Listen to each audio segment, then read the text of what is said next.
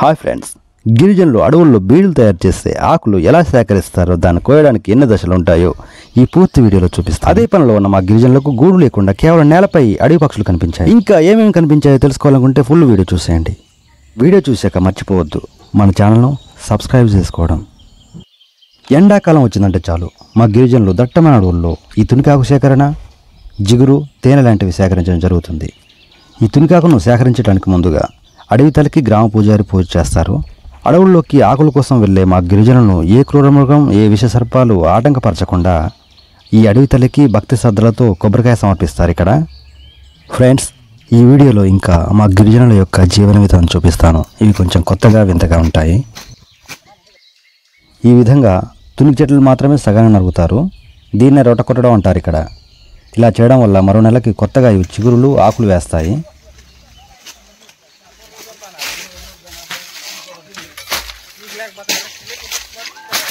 ఇక్కడ ఈ దట్టమైన అడవుల్లో దొరికే తునికి ఆకు దేశమంతా ఎగుమతి అవుతోంది బీడీల తయారీ కోసం. ఈ ఆకులను కేవలం గిరిజనులు మాత్రమే సేకరిస్తారు. ఇక్కడ ఈ విధంగా చెట్లను నరుగుతుండగా అడవి పక్షి పిల్లలు కనిపించాయి. కొన్ని రకాల అడవి పిట్టలు ఆకురాలు కాలంలో చెట్ల కింద నేలపై గుడ్లు పెట్టి పొదిగి పిల్లలు చేస్తాయి. ఇవే అవి. చూడడానికి భలే బుజ్జి బుజ్జిగా ఉన్నాయి. కాబట్టి మళ్ళీ ఇక్కడ పెడుతున్నా వీటిని.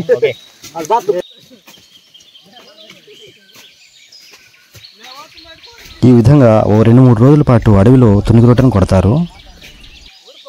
ఇదే అడవిలోనే మాకు జంటు తేనె కనిపించింది చెట్టు త్వరలో.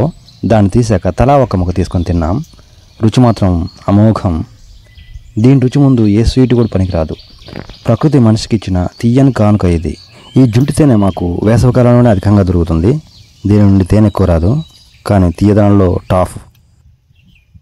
గిరిజనులకు తునికి రొట్టె కొట్టినందుకు వారికి ఇవ్వబడిన మేక లేదా పంది లాంటివి ఇలా కోసి అంతా వాటలుగా వేసుకుంటారు.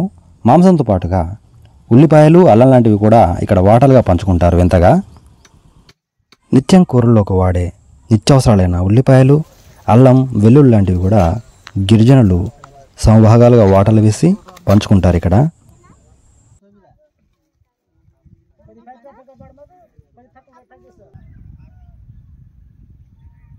తునికి రొట్టె కొట్టిన 20 రోజులకు అడవిలోకి వెళ్ళి వస్తారు.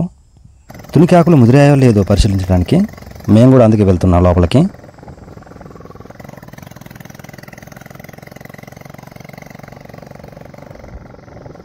చూసారుగా, ఇవే బీడి ఆకులు. వీటినే మా గిరిజనులు కోసి కట్టలు కట్టి అమ్ముతారు. వీటితోనే బీడీలు తయారు చేస్తారు. మా గిరిజనులు కేవలం ఆకులనే సేకరిస్తారు. అడవుల్లో బీడీలు తయారు చేసేది మాత్రం మా గిరిజనులు కాదులు. చూస్తున్నారుగా, ఇలాంటి ఆకులు కోయాలి. వీటిని ఎండాక ముక్కలుగా కట్ చేసి బీడీలుగా చుడతారు. దట్టమైన అడవుల్లోకి వెళ్ళి భుజానికి కట్టిన జోలిలో తునికి ఆకులను కోసి సేకరిస్తారు గిరిజనులు. ఇది చాలా ప్రయాసతో కూడిన పని. విషసర్పాలు, అడవి జంతువుల బారి నుండి తమను తాము రక్షించుకుంటూ ఆకులను సేకరించాలి ఎంతో కష్టంతో.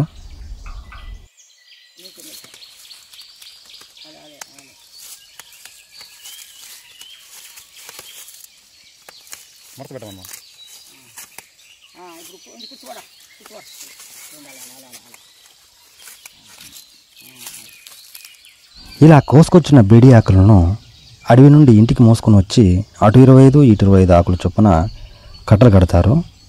ఈ విధంగా తాటినారుతో ఈ బీడి ఆకులు కట్టలు కడతారు.